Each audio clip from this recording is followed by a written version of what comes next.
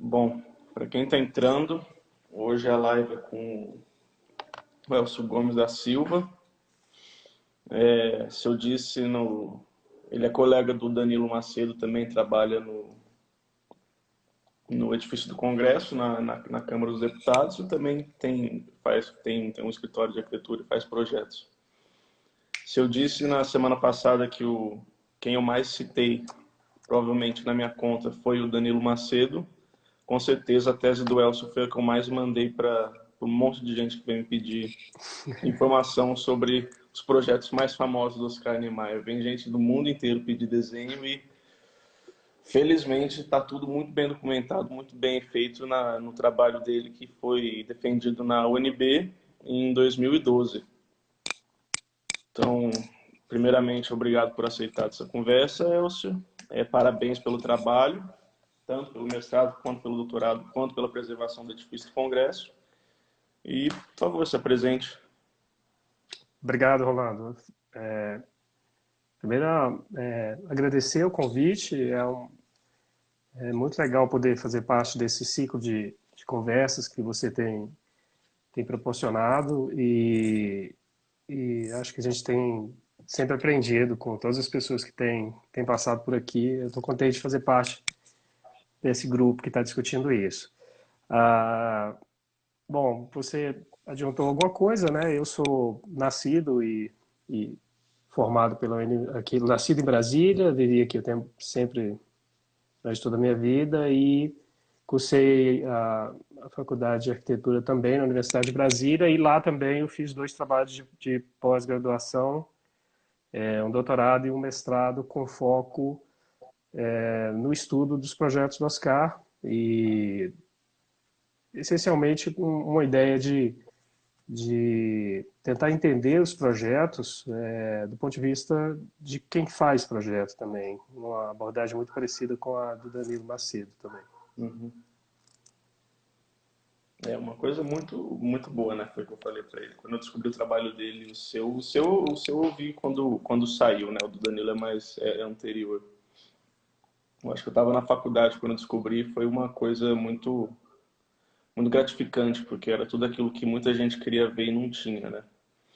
Mas sobre o seu mestrado, você já o material que aparece no seu mestrado também chega a parte dele aparecer no seu doutorado. Como que foi esse processo de estudar primeiro o edifício do Congresso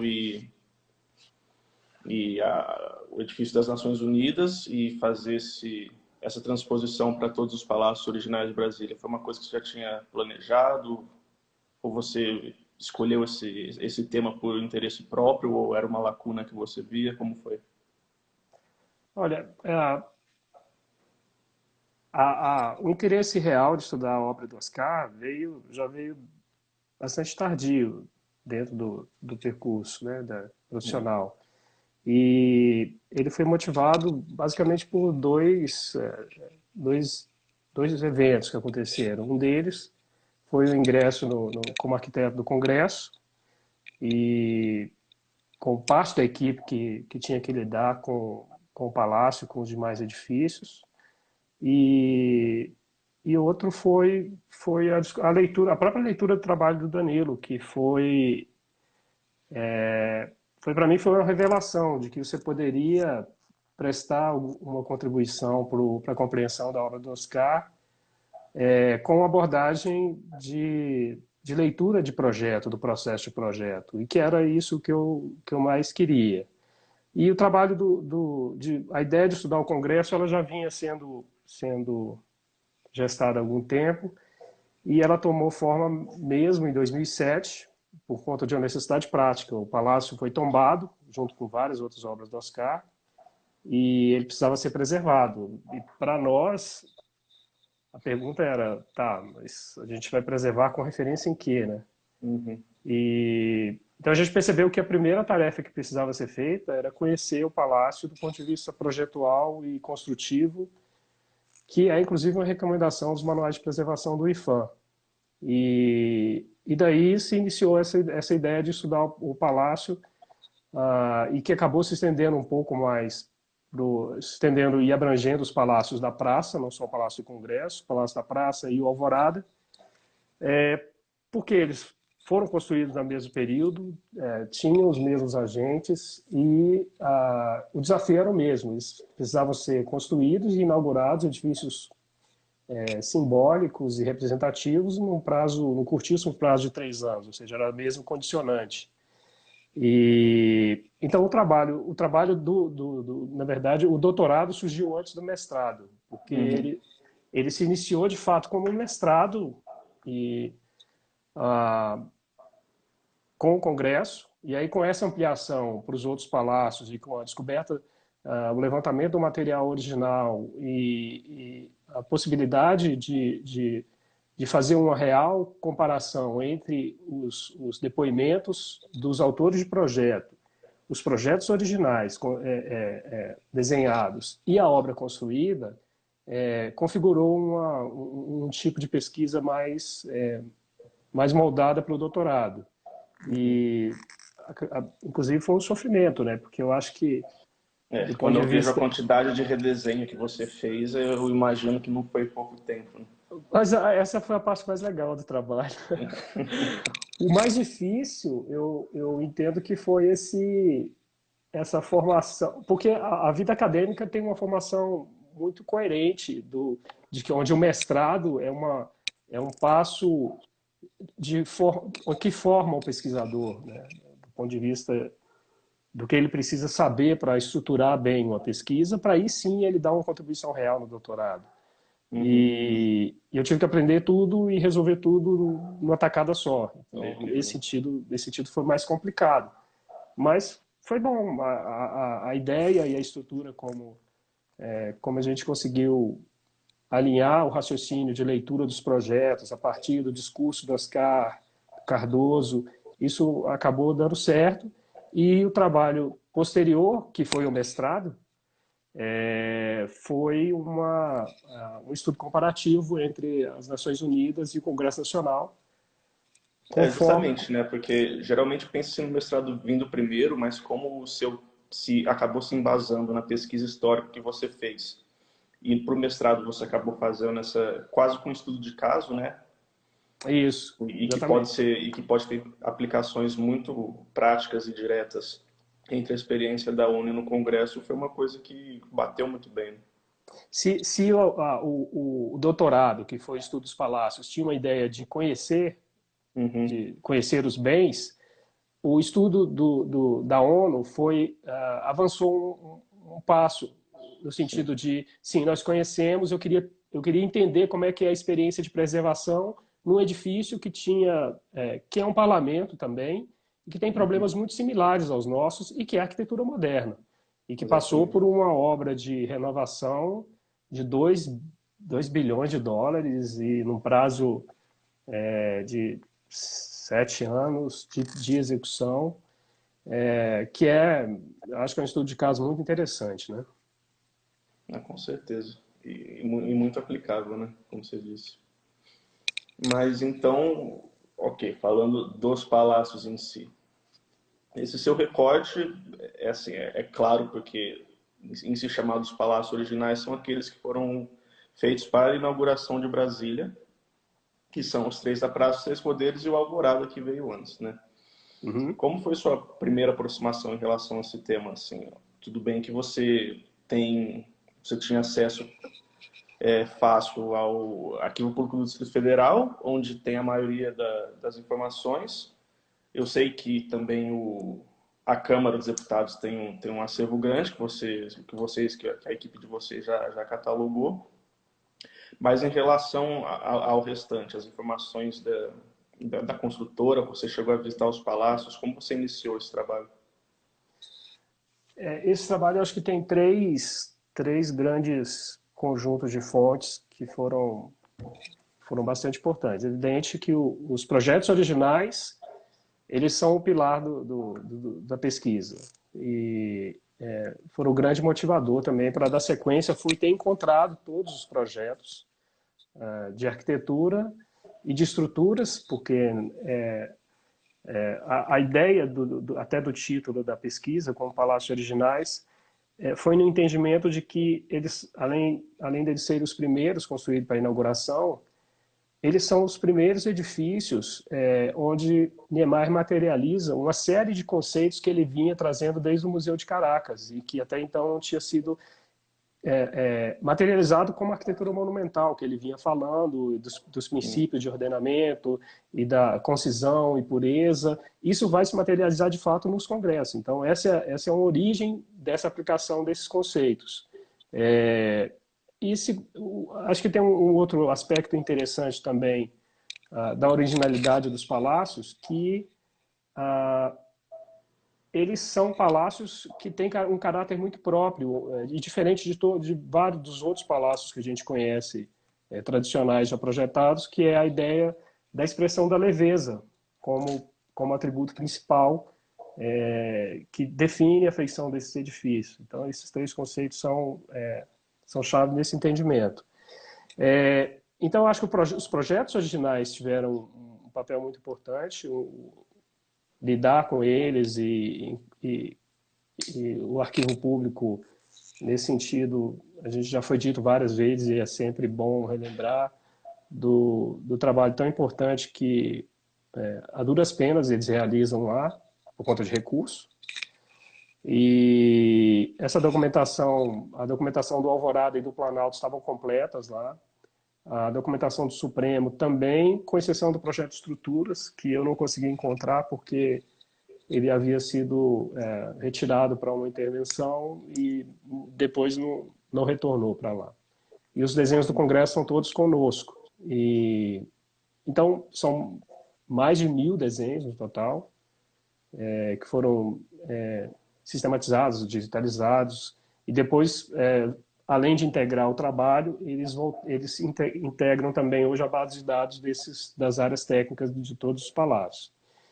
Mas, além disso, a parte de depoimento escrita, acho que os escritos do Oscar, aqueles mais até depoimento, que no Museu de Caracas, considerações de arquitetura e depoimentos são, acho que, três documentos chaves para entender isso.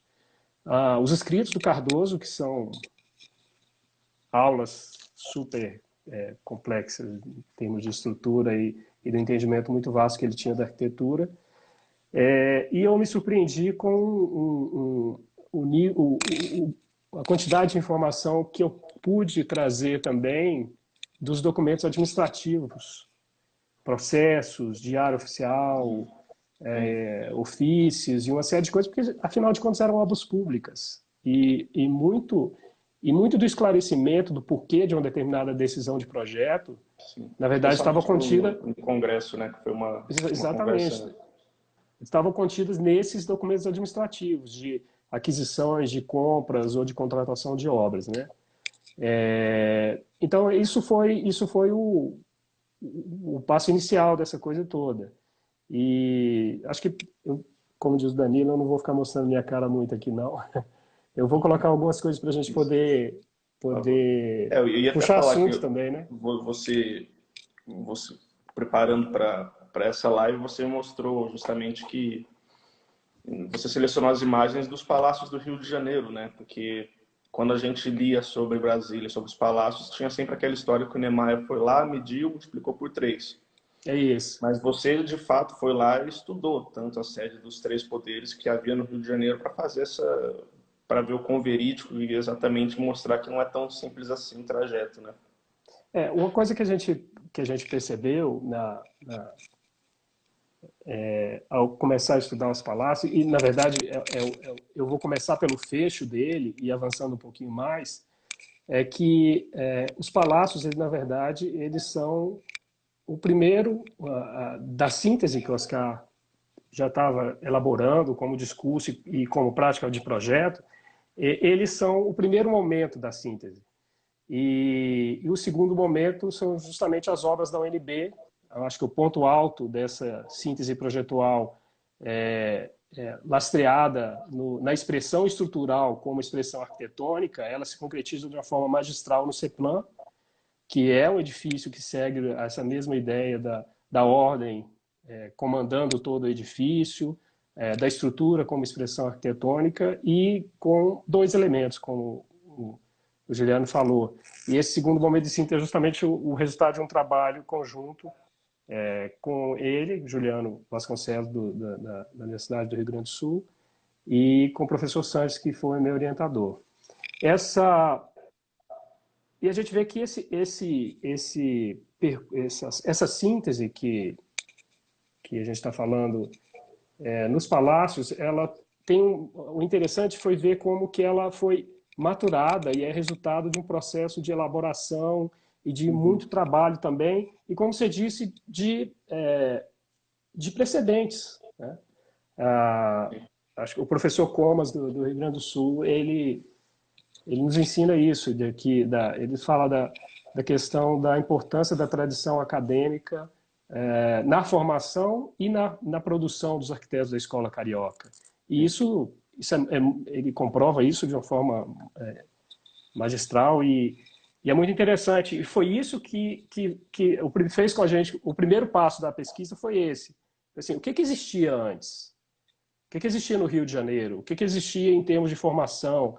E a gente vai ver, esse desenho que está aí é um desenho para um concurso que foi feito em 1904 para o Congresso Nacional, reunindo Câmara e Senado, e a gente percebe justamente esses fundamentos da tradição acadêmica, né? A importância dos palácios, dos plenários como ponto central da planta e que organiza todo o espaço que é ordenado. E a gente percebe que a feição do edifício, palácio tinha coluna, palácio tinha cúpula. Isso são coisas interessantes, então não é nenhuma novidade, evidentemente, mas a gente percebe que a transposição justamente desses preceitos e de uma nova caracterização de palácio que vai acontecer em Brasília, ela decorre de um caminho de processo muito interessante, né? Você já publicou alguns desses desenhos aí, que são os primeiros projetos para Brasília foram realizados em 1956, antes do concurso, e é esse primeiro conjunto constituído pelo hotel, uma igreja, uma residência e um palácio que seria a sede do governo.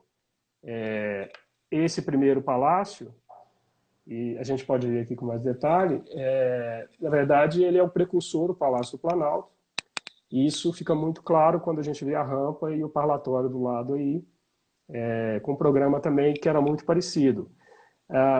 Na verdade, o que a gente percebe nesse projeto já são todos elementos que vão estar presentes em todos os outros projetos de palácios. É a ideia da estrutura expressando um ordenamento por meio dos pilares internos, dois planos, um plano de cobertura e um plano intermediário, e as colunas desenhadas com forma de expressão e de caracterização do palácio, com a ideia de manifestar leveza, né? Pontos de apoio mínimos já estavam presentes desde desse primeiro projeto elaborado para esse palácio. Do conjunto original, desse conjunto primeiro aqui, somente o hotel foi construído. Isso todo mundo acho que já conhece. Agora, o interessante é que existia uma residência para o presidente, que era esse projeto aí, feito por Niemeyer para a família do presidente. É uma forma que a gente vai ver em outros projetos do Oscar depois. Acho que logo depois no Líbano ele faz uma residência para feira. Né? Acho que pelo menos uns 4. A Tremaine, a Pinhatari. Tem uma residência em Bruxelas também. Acho que tem uns 4, pelo menos, variações desse projeto. E é um projeto muito bacana, né? Que é essa ideia do prisma com a forma livre.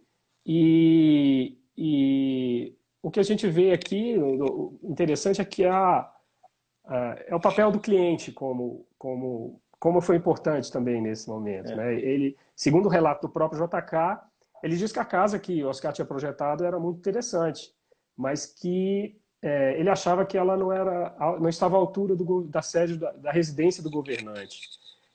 O que ele queria, ele disse no relato dele, ele pediu ao PMI que ele queria era um palácio que fosse lembrado dali a 100 anos. A gente percebe, então, que o que JK estava falando era caráter de arquitetura. O que Oscar tinha projetado para ele era a casa, e não o palácio. Né? E a resposta do Oscar é justamente o projeto do Palácio da Alvorada, pouco tempo depois, onde ele junta a forma da igreja em versão reduzida como a capela e se apropria e utiliza uma versão redesenhada das colunas do primeiro projeto do palácio, numa conjunção mais que conhecida entre tradição acadêmica e arquitetura vernáculo brasileira, né? O que a gente nessa relação entre capela e a casa grande. O projeto do Alvorada ele começa a ser construído ainda em 1956 e o concurso do plano piloto é realizado no início de 57. E nesse desenho do Lúcio Costa a gente percebe a proposta dele para a Praça dos Três Poderes. Lá no cantinho superior está aquele palácio governamental, o primeiro. E o Lúcio Costa sugere que o Congresso Nacional fosse um edifício de destaque, né, entre a transição da Esplanada e da Praça dos Três Poderes. E é interessante a gente lembrar que já existia um parlamento moderno construído em Nova York, desde 1952, com esse tipo de representação, né? O prisma alto como dos escritórios, marcado, e uma cúpula sobre o edifício da Assembleia na sede das Nações Unidas em Nova York, que não custa lembrar justamente de onde Lúcio Costa voltava quando ele estava fazendo esses desenhos para o plano piloto. E um projeto também onde Oscar Niemeyer teve importância capital no desenrolar dos acontecimentos. Uhum. Essa imagem e essa ideia de parlamento moderno materializada pela ONU, ela estava muito forte na cabeça dos arquitetos naquele período. Isso a gente pode notar nos desenhos para o concurso para o Senado Federal, o concurso de 1956, pouco antes de Brasília. Esse é o que o Sérgio Bernardes faz uma proposta ou é outro? Ele é vencedor do concurso. Ele vence o concurso. Ele vence o concurso e a proposta do Sérgio Bernardes é justamente uma torre alta também, bem marcada, ela é mais prismática, mais... não é uma barra, né? Mas o interessante foi ter descoberto essa proposta do Mindlin, que foi o segundo lugar. E a gente vê lá no desenho exatamente a torre com as marcações igual à ONU, o edifício horizontal e a cúpula muito próxima também da ideia do Lúcio Costa que ele tinha lançado lá para o concurso do plano. Sim. E o Oscar vai partir justamente dessa sugestão do Lúcio Costa e numa produção que é muito difícil de ser encontrada nos desenhos. A gente que conhece bem a obra do Oscar e as pessoas que já lidaram com os desenhos, quais são os riscos originais de determinado projeto, né? Isso quase não aparece na obra dele. Difícil. Acho que você publicou alguns desenhos da Jorduí, que tem uma folha grande, que é muito próximo desses desenhos, que eu acho que é para o Museu do Rio, se não me engano, que ele fala um pouco do processo de concepção, e aí tem uns desenhos parecidos com esse, que são desenhos croquis de experimentações, né? Então, esse é um dos desenhos. Esses desenhos em conjunto eles foram organizados inicialmente pelo professor Kaczynski, depois o Rodrigo Queiroz também apresentou um trabalho, se não me engano, um trabalho de mestrado dele. E eu consolidei como parte dessa leitura do caminho de projeto dos palácios. Nesse aqui, por exemplo, a gente tem já a ideia de duas torres, uma base e os plenários muito próximos do que seriam os plenários em Cunha, da ONU. E o que a gente percebe é que o palácio poderia ter essa cara, né? Onde ele jogou para todo lado esse palácio. Né? A ideia de coluna do Alvorada, as colunas em arco, que foram as primeiras elaboradas como elemento que pudesse conferir unidade e harmonia entre esses palácios, ela foi testada à exaustão, principalmente nesse conjunto de desenhos do Alvorada, inclusive com aplicação até na torre, como uma espécie de muxarabi, uma coisa assim, né? Então o palácio teve esse desenho, essa versão já em desenho técnico, logo depois uma segunda versão já com as cúpulas, uma invertida e uma normal, mas a gente repara que as colunas em arco ainda estão presentes no desenho, até que parece que chega um momento que há a leitura de que as colunas que eram tão marcantes no Palácio da Alvorada, elas estavam sendo mero aplicação diante dessa relação volumétrica que estava se A estabelecendo. relação volumétrica é a importância do agenciamento urbano, né? Também, então, era muita coisa, parece, no que estava acontecendo como partido, né? Era muito elemento que estava... E é por isso que também Brasília é considerado um ponto muito maduro para Oscar Niemeyer, porque é aí que ele começa a perceber muito bem onde ele está acertando e onde ele está errando, sabe? Fosse alguns anos anteriores, talvez ele não tivesse tirado as colunas, e mesmo em questão de desenho, você vê que existe uma depuração muito grande no desenho das colunas do próprio STF e do Planalto, quando ele manda construir aquela em madeira, né? O protótipo, não né? ia ser a mesma coisa, ele percebeu que ele tinha errado. Agora, o interessante disso, Rolando, é como isso se processou num intervalo muito pequeno de tempo. Muito curto. É uma produção assustadora para... Às vezes, em semanas a coisa mudava e mudava radicalmente, né? O primeiro projeto, por exemplo, do Congresso tinha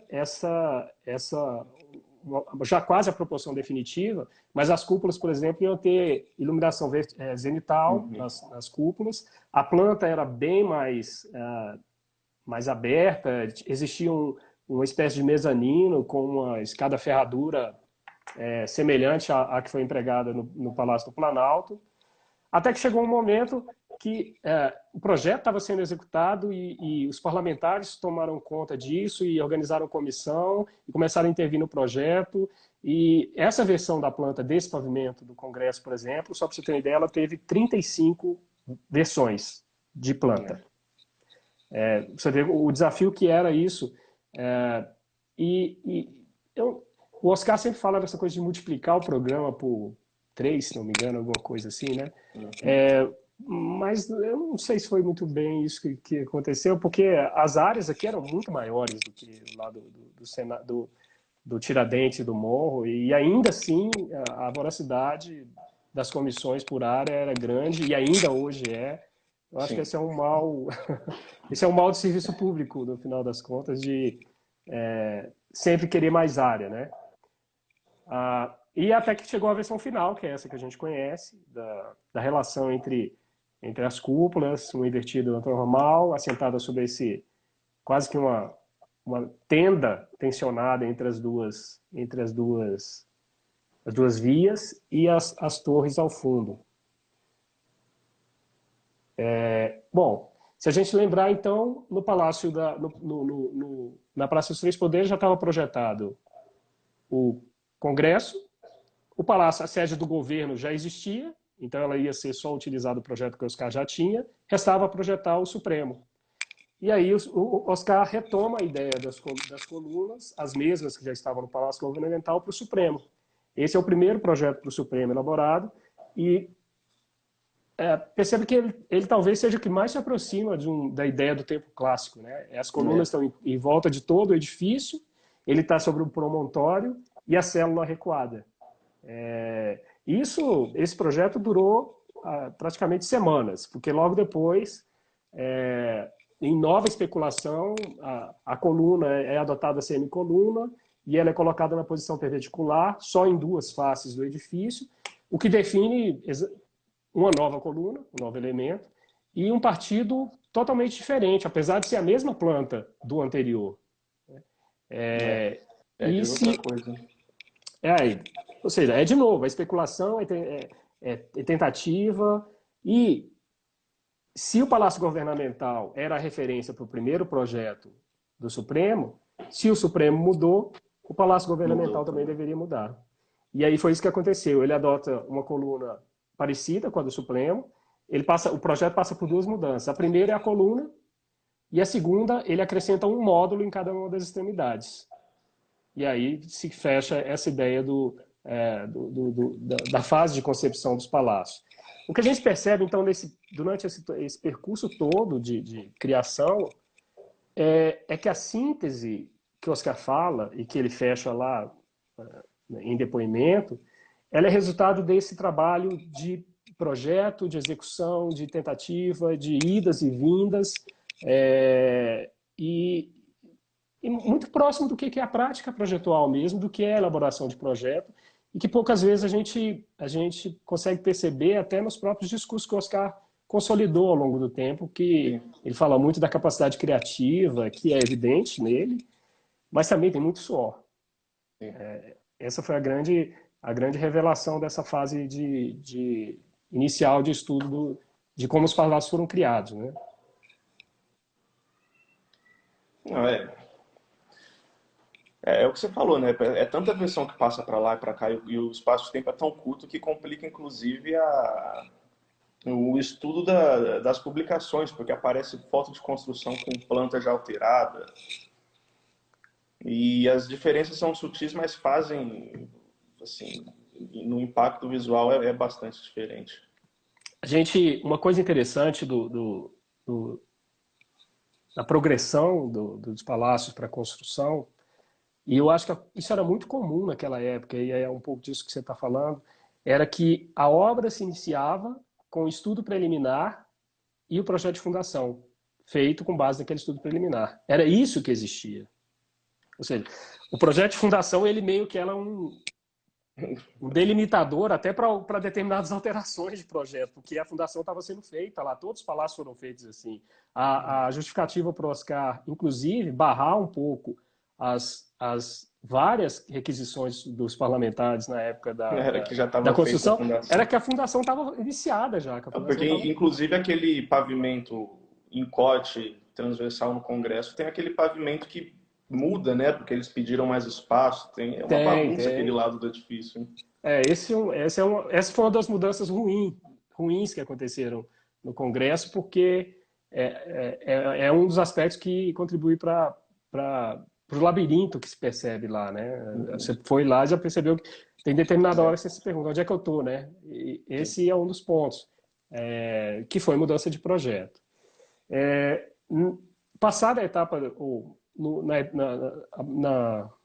quando a gente vai para consolidar a ideia de desenvolvimento dos projetos, o que fica muito evidente e o que interessou muito para nós foi a relação na integração entre arquitetura e engenharia de estruturas. Bom, o Oscar dizia que as obras passariam a ser caracterizadas pela estrutura, devidamente integradas na arquitetura. E evidente que isso é uma opção compositiva, de composição arquitetônica, mas também é uma sacada muito, muito inteligente de quem tem experiência com obra. Porque se a gente imaginar o que fica primeiro pronto nas obras em concreto armado, é justamente o esqueleto estrutural. Então, a sacada dele foi, olha, se o esqueleto estrutural estiver pronto e a arquitetura já estiver caracterizada, eu preciso de poucos elementos adicionais de acabamentos para finalizar os edifícios. Então, esse é o aprendizado que eu levo para a vida. É um pouco da sacada do próprio do Afonso Reis, quando fez o Pedregulho, que resolveu construir primeiro a escola, o posto de saúde, o mercado, porque sabia que se começasse pelo edifício de habitação, eles não seriam feitos. Né? Nada saía, né? É uma estratégia... É um pouco disso. Ou seja, a ideia de você projeta pensando como aquilo vai ser construído para um determinado contexto de cronograma. Foi exatamente esse o ensinamento, a síntese do Oscar se processou dentro desse desafio também. E a lembrar, inclusive, que a previsão era do concreto aparente para os palácios, né? Então, sim. Juscelino, o mármore. Né? Sim, alguns desenhos têm lá a ideia do concreto aparente que, com o passar do tempo e do desenvolvimento do projeto, foi mudada para o mármore branco. Mas nessa ideia da estrutura, ninguém propõe... Acho que quando a gente para pensar mesmo, essa ideia era muita responsabilidade colocada a cargo da estrutura, né?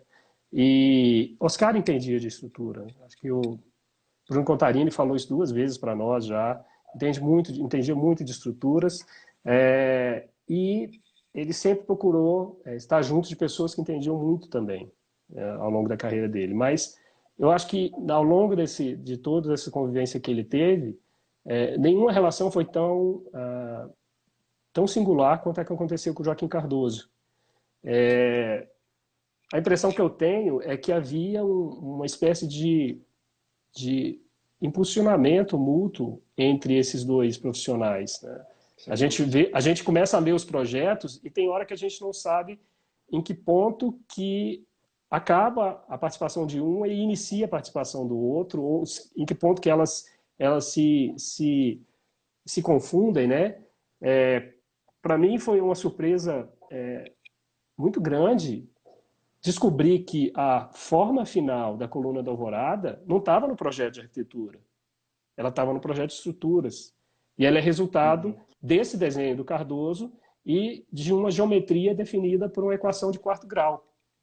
A gente vê nesse desenho que o gráfico dessa curva de quarto grau, que é o que definiu o desenho final da coluna, e a sobreposição dela com o objeto final construído. Então, essa foi uma descoberta muito bacana.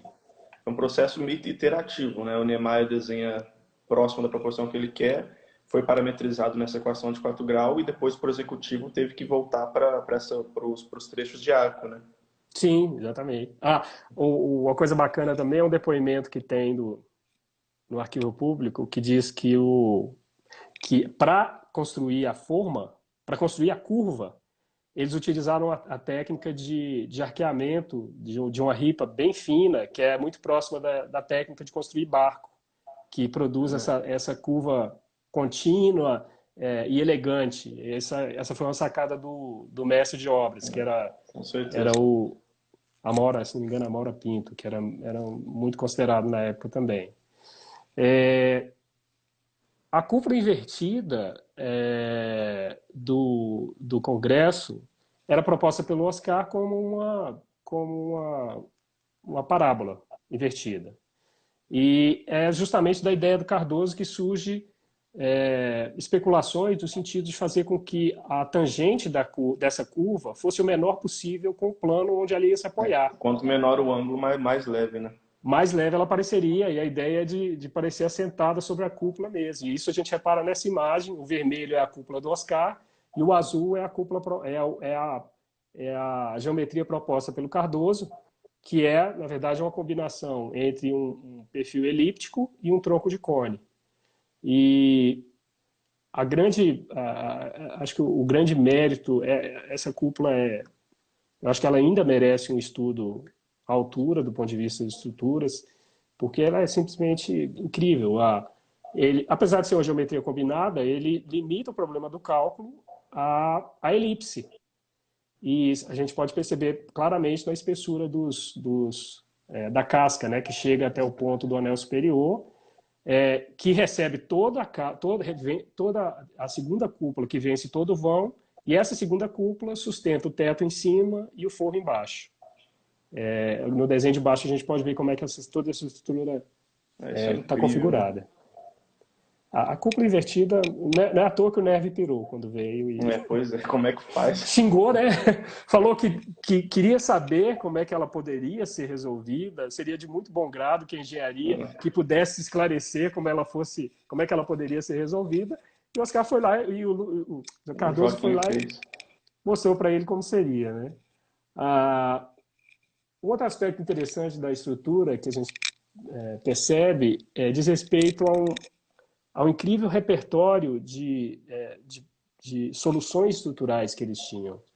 É evidente que a referência principal é a malha regular preconizada pelo Corbusier no esquema dominó, mas quando a gente vai nos palácios, a gente vai encontrar, não é visível porque está oculto sobre as lajes, os planos de laje, um sistema muito complexo de vigas diagonais e em posições variadas para poder encurtar o percurso do caminhamento de forças e distribuir os esforços para o ponto de apoio.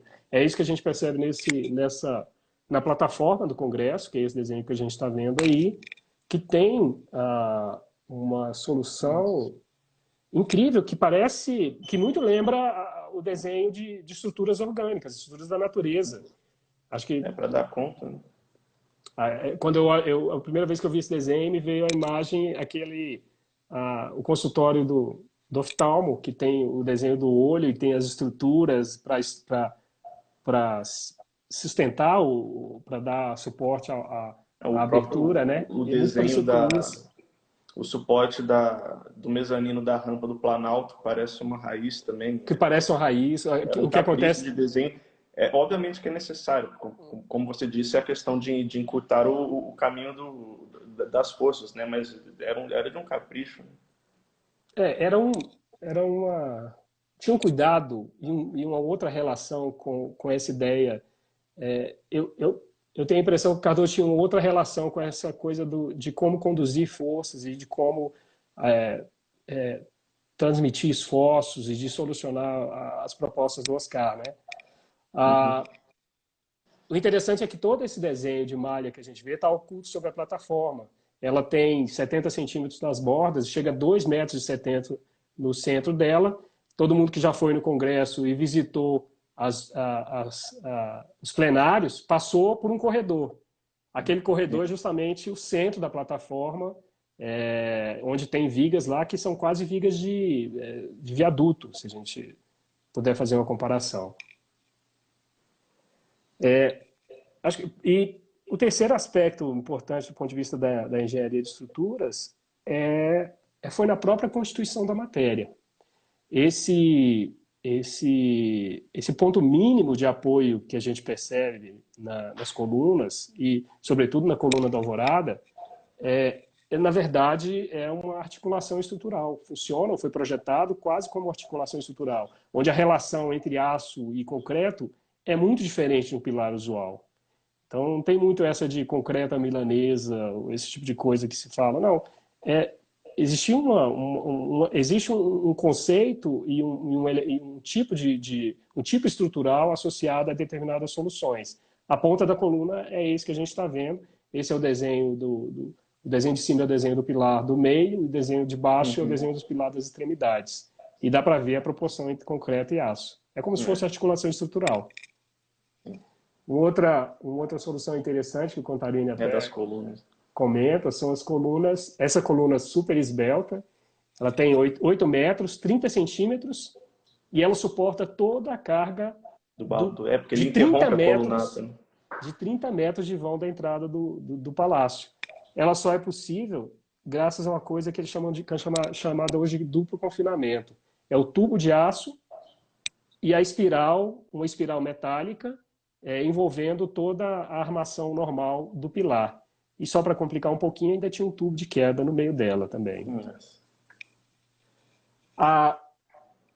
O que a gente percebe é que existia uma certa cultura da engenharia de estruturas, e o Roger Pamplonnet tem um trabalho muito interessante sobre o escritório Emílio Balgart, e nele ele tem uma frase do Emílio Balgart que fala sobre a estrutura desenhada, e que era uma cultura daquela época, um zelo bastante grande com a representação dos projetos de estrutura, e que eles tivessem muita proximidade com aquilo que fosse executado na obra.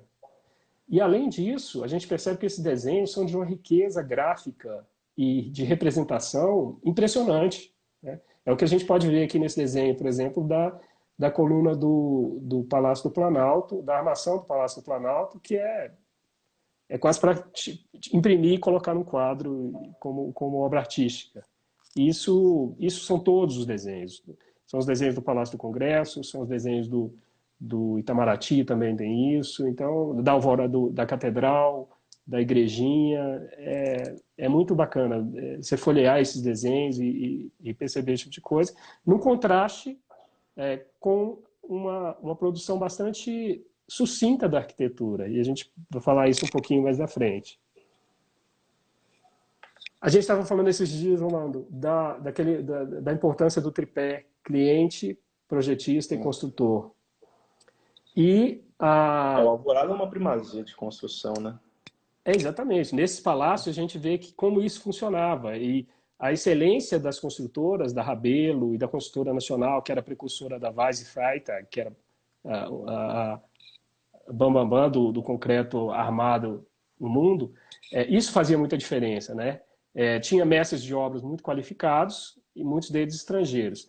No caso do Alvorada, por exemplo, a Rabelo elaborou protótipos em escala real da coluna para verificar a geometria e para fazer a encomenda dos mármores. Quem tiver a oportunidade de visitar o Alvorada, não deixe de notar o cuidado do apicoamento do mármore, e tem um entalhe na parte de cima dele que faz a transição do encontro das duas peças com a peça inteira. É uma escultura. Simplesmente a coisa foi esculpida na pedra, em todos os pilares. É uma coisa incrível. A capela também teve um protótipo em escala. Esse é o protótipo da capela, feito em alvenaria para encomenda do mármore. Uma coisa interessante, o Danilo estava falando a gente vê muito na obra do Danilo, do Oscar, que ele falou do Oscar em Minas, uma riqueza material que era empregada nos edifícios, né? E o que vai acontecer em Brasília é uma síntese do ponto de vista de uma paleta menor da quantidade de materiais e um detalhamento bastante simplificado. Essa ideia de que a estrutura é o elemento ordenador e que todos os elementos eles vão se agregar a esse módulo estrutural. Isso está muito presente em alguns elementos, como é o caso da esquadrinha alumínio anodizado, com as traves alternadas. Mas a maioria das soluções são soluções de detalhes genéricos, que poderiam ser aplicados a qualquer superfície, como é o caso desse detalhe dos lambris de madeira, que, se a gente parar para pensar, essa ideia de você elaborar detalhes mais simplificados e mais genéricos, além de te desobrigar de um detalhamento exaustivo, dá mais liberdade também para o construtor. Você não fica preso a tanta coisa e resolve. Para resolver um determinado superfície de parede, ela é um lambri. E o detalhe está aí. Não preciso de muito mais informação. Sim. Além disso. Acho que a mais impactante para mim, nesse sentido, de perceber como que um detalhe simples resolve uma solução complexa, é a paginação da plataforma do Congresso Nacional, onde as cúpulas se assentam. Esse é o desenho dessa solução. Ele é um desenho praticamente do tamanho de um A4, para você ter uma ideia. E a ideia aí era a seguinte: olha, não havia condições de controlar a procedência do mármore. Você tinha mármore branco, cinza, meio branco, muito branco, com determinados tipos de imperfeição. O que a solução é justamente essa de pedras de tamanhos variados, com juntas alternadas, que pudesse abrigar uma espécie de mosaico e que desse liberdade para o executor. Então, o desenho de uma plataforma de quase 14 mil metros é esse. A partir disso, todas as pedras foram assentadas. Esse para mim, é um ensinamento de projeto. E se a gente lembrar do texto do Oscar, em depoimento, ele fala assim: muda a minha forma de projetar, mas principalmente muda a forma de desenvolver projetos. E aí que cai a ficha do que é esse modo de desenvolver projeto, que é justamente diz respeito aos elementos secundários que ele diz, são os elementos de acabamento. Ou seja, não é uma preocupação exaustiva, apesar de uma qualidade muito acurada em relação a que material utilizar, o tipo de madeira, o tipo de mármore, a relação entre esses materiais, o teto liso, tudo isso a gente vê. Mas isso demanda menos projeto, menos trabalho de projeto e dá mais liberdade para o consultor.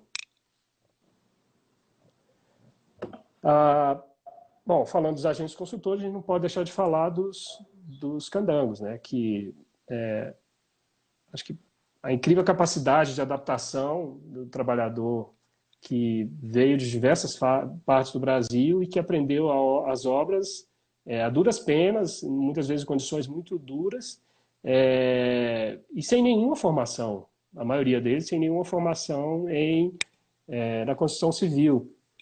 A, a montagem das estruturas metálicas é um evento bastante interessante nesse sentido. Todo mundo sabe que as estruturas do Congresso, das torres do Congresso e dos ministérios foi encomendada dos Estados Unidos e fazia parte do contrato a montagem também por uma equipe americana. A equipe americana veio e, segundo o JK, eles tinham o melhor alojamento, ar-condicionado, porta dupla para fazer a transição. Eles iniciavam o turno deles em um determinado horário e 5 horas acabava o serviço. E eles iam se confraternizar e tomar uísque. E o JK falou assim, olha, isso Tem que andar. isso tem que andar, isso não está no ritmo de Brasília. E ele providencia que o contrato seja revisto, ele tira essa incumbência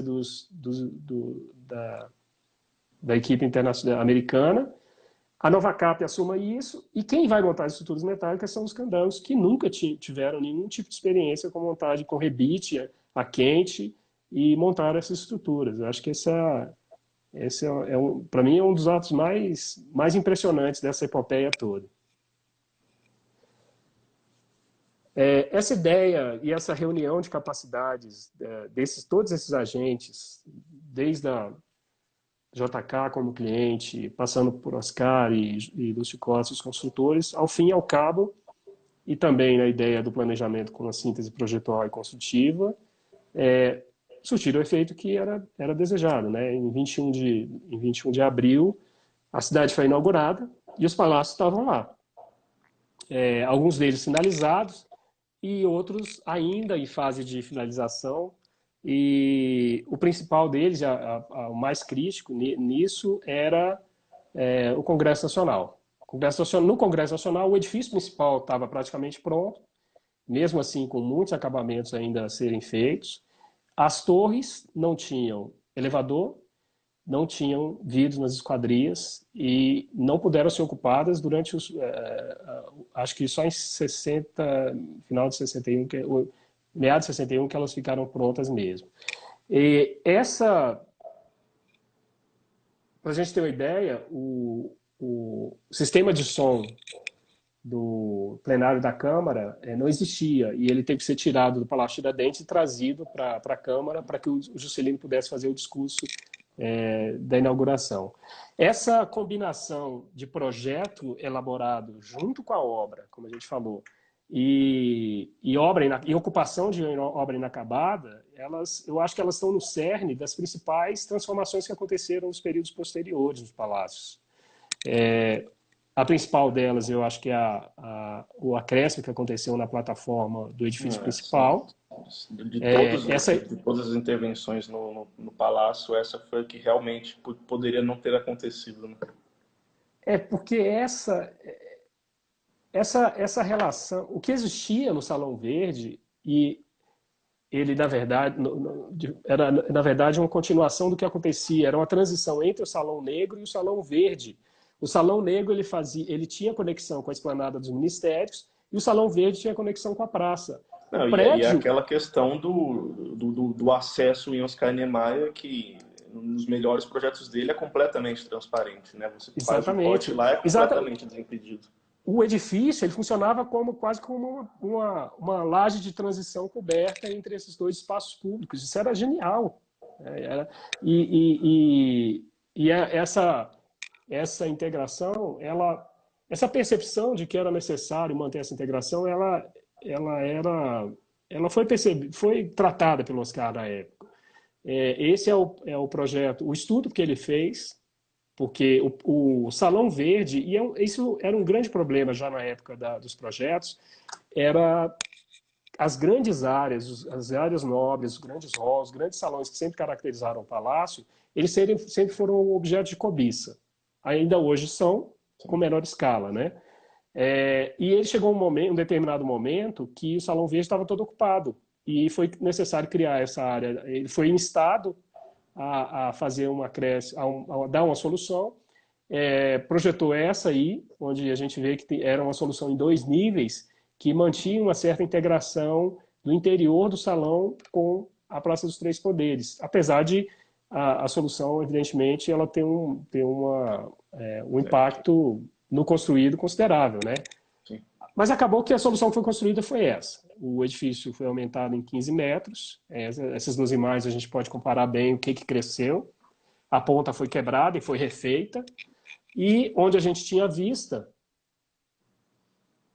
é onde a gente tem hoje o painel do Atos Bucão. Lembra que a gente falou da questão labiríntica? Eu acho que o principal prejuízo para a percepção dos espaços do palácio aconteceu aí. Com certeza. Quando você chega nesse ponto, você não sabe onde é que você está. Por ter perdido essa ligação com a praça, né, esse talvez seja o ponto mais labiríntico do palácio, em termos de você saber onde está. E essa é a origem das pessoas dizerem, não, isso aqui... Como é que o Oscar projeta isso? Isso aqui é um labirinto, isso nunca funcionou, isso é horrível. E a questão agora é essa, né? Isso daí já está aí, já é parte do edifício, faz parte da história. Inclusive, esse painel do Atos Bucão é um dos melhores dele. Ele é belíssimo, né? A gente entra naquela discussão das intervenções históricas do bem tombado. Não, sim, justamente. Quando eu analiso quando eu analiso a planta, eu sempre imagino que naquele eixo da escada que faz a ligação entre o Salão Negro e o Salão Verde, naquele trecho podiam tirar a parede e deixar ali a praça, só naquele pedacinho. Porque... Rolando, a gente já pensou em várias soluções para isso, ainda não chegamos a uma conclusão. Essa foi uma delas, inclusive, também. Que bom. Mas é sempre uma discussão que a gente tem. Existe alguma solução viável? Porque quando eles fizeram aquela obra no Palácio do Planalto e eles demoliram o painel, aquilo foi uma coisa muito criticável, né? Mas, pô, fazer do jeito que eles fizeram, de tudo. A questão é sempre pensar numa opção que respeite as duas coisas, né? Aham. Que às vezes a gente fica com vontade, mas a gente sabe que a teoria não os preceitos não. Se a gente perceber, o Oscar sempre lamentou essa perda que aconteceu da integração do Palácio com a praça. Esse é um desenho que ele fez quando ele foi lá na Câmara. Te interromper aqui, porque já vai terminar. Você pode voltar depois? Pra gente Sim, concluir? Terminando aqui a gente reconecta. E quando terminar, não esquece de salvar. Beleza. Combinado. Tá. E ele fez algumas tentativas de recuperar essa integração de algum modo. E essa foi uma delas, que é uma grande passarela que se interligava ao centro lá das torres e que fazia conexão com o Congresso e ligava de novo à praça. Infelizmente ela nunca foi feita, mas está aí como uma ideia. Esse conjunto de reformas e de mudanças que o Oscar fez na década de 70 e 80, ele também foi responsável por inserir a maioria das obras de arte integradas que a gente conhece no Palácio, porque originalmente só existia o de Cavalcante, esse lá do fundo que a gente vê, e o painel em mármore e granito preto do Atos no Salão Negro. Também nesse período são talvez as obras mais controversas aí do ponto de vista... Isso é sério, porque a imagem que se tem dos plenários atualmente não condizem com o período dos edifícios, né? Você não olha isso e fala que foi feito nos anos 60, claramente elas são... Claramente década de 80, né? E é justamente o período que eles foram feitos. E foi isso que aconteceu, os plenários foram completamente modificados, os materiais originais foram substituídos, o mobiliário foi feito um mobiliário específico, Atos projetou novos painéis artísticos para o fundo deles. Esse é o plenário da Câmara, esse é o plenário do Senado, e aquela imagem que você descobriu lá, de foto colorida, né? Comparada com a de baixo. E existia realmente uma ideia de simplicidade e de austeridade que era condizente com a época, como você falou mesmo. Com a época que o programa era uma questão de caráter, né? E outra, era um reflexo justamente disso que a gente falou, de que as soluções eram mais simples. As soluções elas refletiam um contexto, uma necessidade e e soluções diversas, ou seja, fazia parte da história, né? Eu acho que esse cuidado, do ponto de vista da preservação, ele não, ele, é o que a gente procura exercer também, entender como patrimônio que merece ser visto com o mesmo cuidado, independente de ser tombado ou não, tudo aquilo que tem história. Uhum. Se o bem edificado ele tem uma determinada história, quer de projeto, quer de construção, de acontecimentos, é uma coisa que deve ser observada. E Oscar fez essas mudanças, mas na visão dele, eram mudanças, porque ele mesmo escreve isso num dos processos, ele diz que os palácios foram feitos em regime de urgência e que os materiais não eram adequados, que eles foram empregados como davam, e que era necessário dotar esses ambientes de materiais mais condizentes com o caráter de palácio. Essa era a justificativa dele.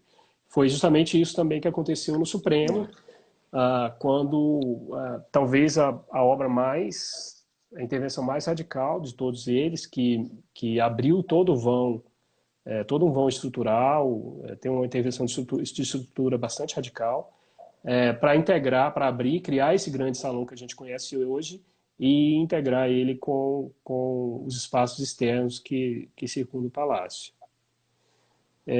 E a mais problemática, no meu ponto de vista, Isso foi um é negócio, essa, né, é essa lamentável. que aconteceu no Planalto, porque, como você falou, mudou-se muita coisa no interior, mas o que fizeram no exterior, ou seja, o alumínio anodizado foi pintado de Pintado, né? cinza, perdeu todo o brilho metálico que ele tinha, todo o brilho que ele tinha original, e os vidros perderam a transparência, perderam essa característica do que é até bem-vinda do ponto de vista da relação dos poderes que prestam conta à sociedade, né? Essa ideia de transparência como um conceito desejável e que, de certa maneira, eles faziam parte do edifício, como ele tinha sido projetado e que hoje está aí. O Atos sempre tem um relato muito interessante do Atos, que ele foi perguntado qual a cor das cortinas que eles deveriam Uhum. utilizar nos palácios, né? E aí ele diz assim, não pode ser branco, porque branco fica na parede. Pois é. Então, e aí ele especificou o verde escuro. E a gente vê exatamente nessa foto aí como é que o branco vira Você vê, parede professor, mesmo. isso foi uma questão muito complicada do IFAM, porque eu não lembro quem fez um texto, acho que foi mestrado sobre esse restauro do Planalto, que o corpo técnico do IFAM foi totalmente contra tudo que foi feito. Então, quando a água bate, né, a coisa fica complicada. Se você fala dessas minúcias, a gente talvez pense até em compreender de alguma forma, mas quando você pensa que a fachada do palácio foi alterada, no caso só porque era traseira, com aquele volume inexplicável anexo atrás, eu não sei, sinceramente. Eu não vejo aquilo existindo até o fim da minha vida, porque era um absurdo tão grande. E eu acho que o ruim, o Aquilo tem ruim que sair de daquilo, lá. o ruim daquilo é que aquilo interferiu no único lugar onde a colunata era contínua, né? Exatamente, pois Interrompeu. é. Tem Que é o que vários acontece na problemas, né? Alvorada também, né? É exatamente o que acontece na balada. Todas as intervenções foram feitas e conduzidas pelo Oscar. Isso, a criação dos Só um anexos comentário também. também, que o Bruno falou do espelho d'água. O espelho d'água foi intervenção quando o ônibus entrou embaixo, mas é indicativo também da falta de minúcia da obra, tocada por gente que não faz a conexão do valor cultural da coisa. Que o espelho d'água ele era super rente no Uhum. nível da praça e colocar o dreno mais baixo ficou uma coisa completamente diferente. Sim, Então, sim. Era uma lâmina d'água que virou um é, buraquinho com água. A coisa do espelho d'água do Congresso tem uma história interessante.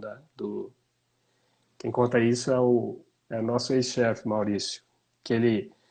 A encomenda do espelho d'água do Congresso foi do presidente do Congresso na época.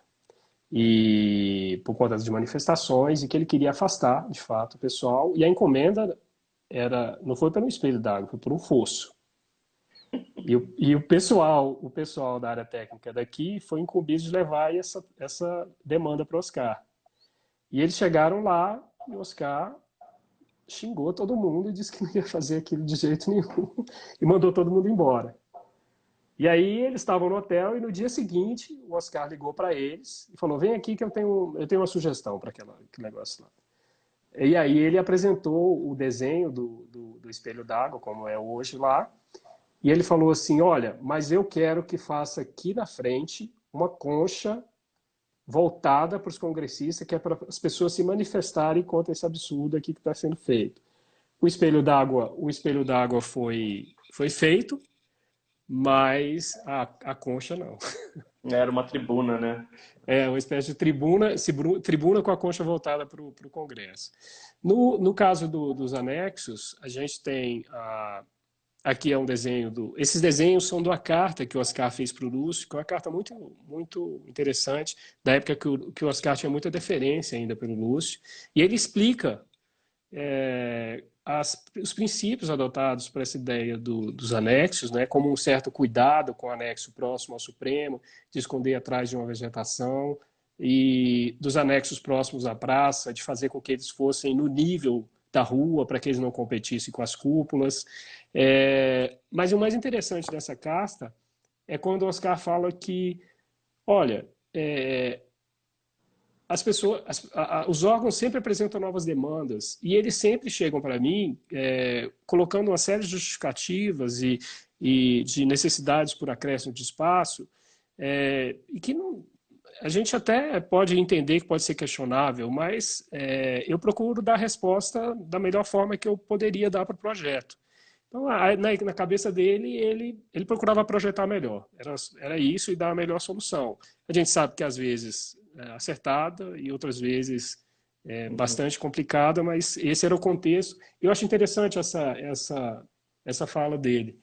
E além dos anexos, algumas coisas bastante de maior impacto, como essa proposta para um grande plenário de 600 lugares, para abrigar todas as reuniões do Congresso, que seria construído no subsolo, e teria só esses rasgos de ventilação, em frente ao jardim E houve entre as outro duas vias. projeto que tinha um auditório na frente também, né?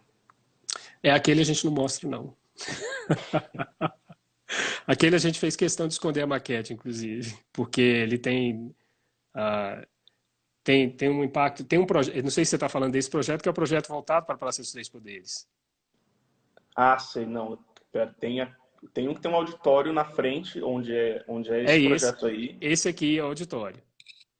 Sim, mas não tem um outro projeto que já tinha um auditório também, que tem uma foto da maquete de lateral que você vê que a esplanada chegava num nível e caía, assim. Ah, sim, sim, sim. Isso eram as versões primeiras do Primeiros, anteprojeto, tinha um auditório para TV, mas esse Ah, auditório tá. foi limado logo na segunda versão do Não, anteprojeto. essa que você falou que vocês esconderam a maquete, eu sei onde está a maquete. Bom, Rolando, acho que eu falei demais, mas o, o interessante desse estudo todo dos palácios, para nós, acho que ao fim a gente consegue perceber um pouco melhor quais são os valores que fazem parte desse percurso histórico todo, desde a concepção até os dias atuais dos palácios, consegue discernir com mais clareza o joio do trigo, ou seja, quais são aquelas intervenções que não fazem parte de um contexto projetual ou histórico importante, e ajudou também, eu acho que hoje a gente tem uma relação muito próxima com os técnicos dos outros palácios. Isso a gente tem ajudado. Hoje o STF está fazendo uma intervenção nas esquadrias, a gente tem acompanhado, tem dialogado e aprendido sempre com eles também. Mas, para mim, acho que uma grande surpresa foi ter aprendido a projetar, né? Com esses... essa coisa do redesenho, como você falou, né, É que uma coisa que ensina eu muito, repito, né? foi a melhor parte do trabalho. Não é só uma ferramenta de representação, né? Ela é, na verdade, uma tentativa de entender, de passar pelos mesmos passos que os projetistas passaram, tentar compreender e se colocar no lugar deles por enfrentamento dos mesmos problemas que eles tinham. Tem um texto muito legal do Fernando Vasquez, se não me engano, e que ele fala do redesenho como ferramenta de pesquisa. Isso, para mim, é um texto de 2016, está na Vitruvius e eu me achei no texto, eu me identifiquei muito com o texto e ele é exatamente isso. Ele diz assim, olha, se a gente parar para pensar, como é que era ensinada a estrutura com os tratados de arquitetura? Era justamente aprender Vendo. fazendo, né? Era Uhum. copiando as das colunas. A gente pega os vinholas e tem folhas em branco, que é justamente para você redesenhar as colunas e fazer de novo. Eu acho que foi uma satisfação muito grande ter passado por esse processo e ter aprendido com ele também. Então, essa é a mensagem final. Fica aberto para as perguntas aí. Não, vamos encerrando sim, mas vamos falar disso então, porque você trabalha especificamente na Câmara, Congresso Câmara, o Palácio do Planalto passou por essa obra recente, e o Alvorada também passou por um restauro em 2006, não foi? O Alvorada 2000, por aí, 2004, 2006, eu não lembro exatamente o que foi. Que foi um trabalho um pouco mais criterioso. Foi. E o que resta agora, o Supremo, que você diz agora que eles estão fazendo alguma coisa na esquadria, até onde eu sei, existe um projeto que o Paulo Mendes da Rocha está desenvolvendo para o museu, que ainda não foi divulgado. Aham. Mas, já que vocês têm se conversado mais, existe um plano de conservação um pouco mais delineado que, por exemplo, vai guiar as próximas intervenções que vão ocorrer. Por exemplo, as torres do Congresso eventualmente vão precisar de um trato também. Tem algum planejamento para isso? Como que é? O plano, durante muito tempo a gente tinha em mente que a gente precisava fazer um plano de preservação do Congresso. E com o passar do tempo, a gente foi percebendo que o grande plano, ele é uma coisa inalcançável do ponto de, se você imaginar como planejamento, porque cada intervenção exige um nível de aprofundamento e um nível de prospecção e de soluções de projeto que, se você ter uma ideia, a gente está discutindo a impermeabilização da plataforma do Congresso. São 2 anos de projeto já que a gente está. Nós fizemos todo o levantamento, peça a peça, diagnóstico de dano de cada uma daquelas peças. Isso está Meu tudo Deus. mapeado. Então, nós passamos por todas as fases que usualmente se passa num processo de intervenção desse, e isso durou 2 anos. O que a gente tem, a gente chegou à conclusão que o projeto de preservação do palácio, ele passa mais por um macro projeto de diretrizes Sim. e de ações específicas contextualizadas a determinado problema. Para você ter uma ideia, então, a gente está hoje o nosso foco tratar das envoltórias, porque as esquadrias são antigas, tem algum problema de corrosão, a gente precisa avaliar a questão do desempenho térmico, a questão dos vidros, qual é a possibilidade de a gente manter. É a grande lição da ONU, né? É a grande lição da ONU. E o interessante, não tem receita de bolo ou não tem uma solução, uma tomada de postura a priori. Você não diz, não, é restauro absoluto, a gente vai fazer o restauro, ou a gente vai fazer substituição. Não existe isso. Porque se a gente pegar os 2 exemplos que tem lá que eu trato no trabalho da ONU, o edifício Pirelli de Milão e o edifício sede da ONU. São 2 fachadas, cortinas de vidro, e eles passaram, o que eles têm em comum? Uma profunda investigação preliminar, antes de qualquer decisão. No caso do Pirelli Milão, eles constataram que a qualidade do material era muito boa, a qualidade das ancoragens, das estruturas também estavam muito bem preservadas, e a qualidade da execução da própria esquadria, do sistema, era muito bom. O que aconteceu na ONU? As ancoragens já estavam 70% comprometidas por conta de corrosão.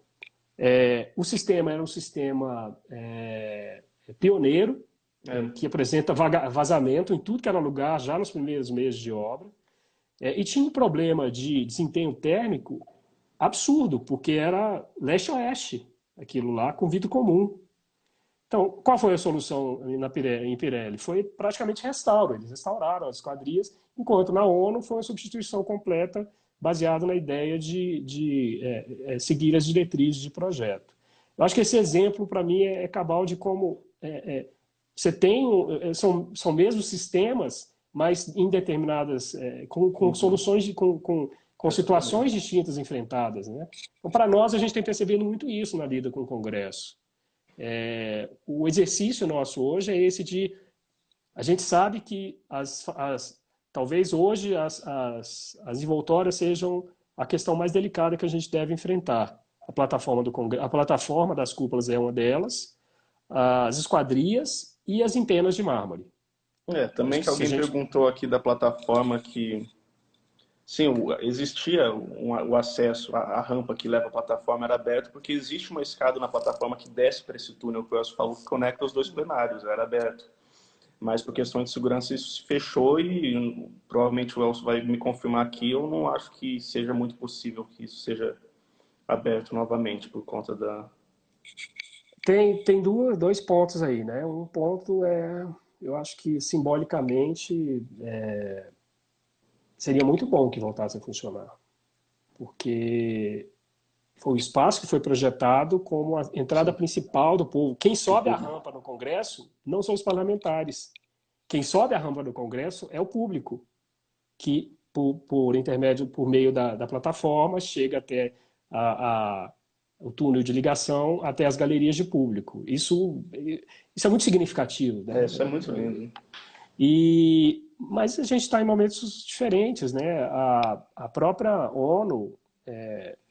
eu acho que o grande impacto em todo o projeto da ONU, o maior deles, é devido à questão do pânico de segurança. Né?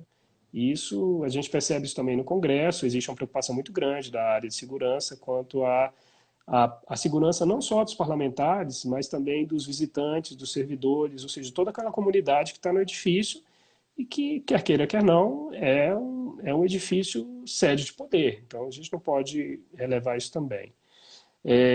Afora isso, a gente tem uma outra questão delicada que vai exigir muita criatividade nossa, que é você coloca a gente lá em cima e não tem nenhum guarda-corpo naquele lugar. Não, exatamente.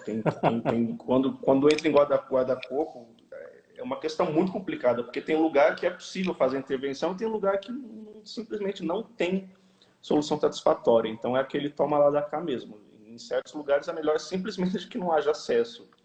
A gente hoje tem essa ideia. Assim, para não criar mais problemas, vamos deixar como está e para não evitar que a solução seja pior do que o problema que tem hoje. Né? Exatamente. Bom, eu nem tenho acompanhado as perguntas aqui, Rolando. Tem referência da manutenção dos edifícios na documentação do Niemeyer? Não tem. Os projetos de arquitetura eram muito simples. Acesso controlado talvez seja uma ideia para a plataforma. Pois é. Porque sempre fica alguém lá em cima também. O problema também é que na pressa da construção os palácios não previram certas coisas como iluminação. Então aqueles holofotes ficam todos à vista hoje. Não sei como isso poderia ser resolvido em projeto, já que a estrutura está logo abaixo do revestimento, mas enfim. Na solução da plataforma a gente está tentando resolver esse problema. De Incorporando. Incorporar a luminotecnia no próprio sistema que foi elaborado. A gente espera que vingue.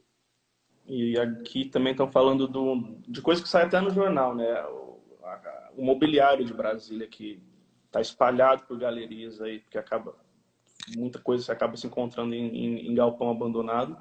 E essa dificuldade que vocês devem ter de lidar com mudanças de administração. E eu soube que teve um projeto de armários do Lelé que foi destruído. Não sei se isso procede ou não, mas quais desafios vocês têm em relação a essa parte? Em relação ao mobiliário, acontecia há alguns anos exatamente isso. O mobiliário ele caía em desuso ou simplesmente o detentor da carga não gostava do mobiliário e colocava ele à disposição e ele ia para um lote de leilão, era leiloado num pacote e depois era reformado e voltava a preço dos olhos da cara pelos colecionadores. Isso aconteceu durante muito tempo, eu acho que hoje não mais acontece isso. No Planalto mesmo tem um trabalho precursor do Rodrigo e do Cláudio, que eles fizeram, já tinham recuperado vários desses imóveis e mobiliaram os palácios com eles. O João também, agora recentemente, resgatou todos os projetos da Ana Maria Niemeyer e o mobiliário dela, que era original do palácio, e ele, pouco antes da mudança de administração, o palácio estava todo com móveis dela, ele não estava ocupado, e foi muito bacana ver isso. E a questão da divisória que você comentou do Lelé faz parte do projeto do anexo 3, de uma solução muito rica, e que a gente tentou manter, mas a questão da dinâmica, o deputado ele chega como ele é empossado e ele quer reformar o gabinete dele e quer imprimir a marca dele. Isso é uma coisa que a gente tem que sempre tentar conduzir da melhor forma para criar uma leitura de pertencimento, de que aquilo faz parte do parlamento que ele passa a integrar agora. E como parte histórica do parlamento também, a gente tenta essa linha do convencimento. Na maioria das vezes ela é bem sucedida, mas outras vezes não, como vocês têm imagem dos diversos gabinetes aí que fogem um pouco do controle. Mas a preocupação maior, de fato, em que pese a ideia de preservação dos edifícios todos e de um zelo, como é esse caso do anexo 3, é com o Palácio, efetivamente, e nesse a gente tem tido boas vitórias. O último grande projeto lá foi na tentativa de retirar os bancos de dentro dos palácios, que é uma coisa que estava lá porque a cidade não tinha banco, mas que hoje não faz sentido nenhum, e colocar lá dentro, abrigar unidades que são próprias da administração, né? E isso a gente fez no ano, coisa de 2 anos. A gente conseguiu, os bancos, por exemplo, ocupavam um espaço que dava vista para o painel do Atos. A gente conseguiu recuperar esse espaço, hoje é uma sala de reunião dos líderes, e é nesse sentido que a gente tem tentado trabalhar. O desafio é grande. Quando o Danilo me levou para passear aquele dia lá de setembro,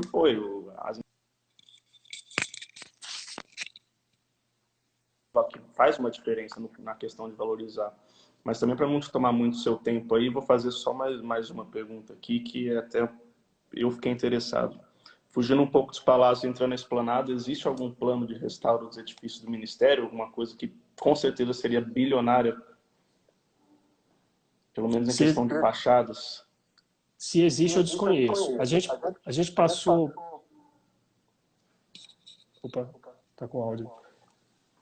A gente passou por uma discussão, foi até o Danilo quem promoveu um seminário sobre esquadrias com a Uta, não me lembro sobre o sobrenome, que ela era da Alemanha e veio aí, a gente trocou várias informações, experiências, a gente mandou o projeto de lá para a equipe deles trabalharem também, foi um seminário interessante. E tinha representantes de vários órgãos, e um deles eram representantes do Ministério. E eles estavam cogitando substituir, na época, as esquadrias por perfis de PVC. Minha nossa. Então... É difícil falar de uma coisa junta quando cada edifício é de um ministério. Isso nunca vai se conversar para que haja uma obra única de restauro do conjunto, né? Mas cada edifício é do ministério, mas existe uma administração única. Ah, tá, existe. Mas não existe uma equipe técnica adequada para cuidar disso. A equipe técnica que vai lá, que existe lá, ela basicamente ela é demandada e o tempo e dedicação deles são para Eu resolver problemas imagino de que deve ser layout. uma quantidade de trabalho absurda, né? Exatamente. A gente fala assim, todo mundo fica impressionado quando vai lá na Câmara e identifica a quantidade de técnicos na área de engenharia e na área de arquitetura disponíveis para lidar com os edifícios. Bom, na nossa visão, isso não deveria ser exceção, mas deveria ser regra, né? Se a gente pensa, se imaginar a responsabilidade que é, e como você mesmo falou, talvez os ministérios sejam a prova mais enfática disso, de como que isso está se deteriorando, ano após ano. Vai ter um determinado momento que uma esquadria daquela vai largar a ancoragem e ela vai ir abaixo. Tem edifício, inclusive, que não está sendo ocupado por conta disso.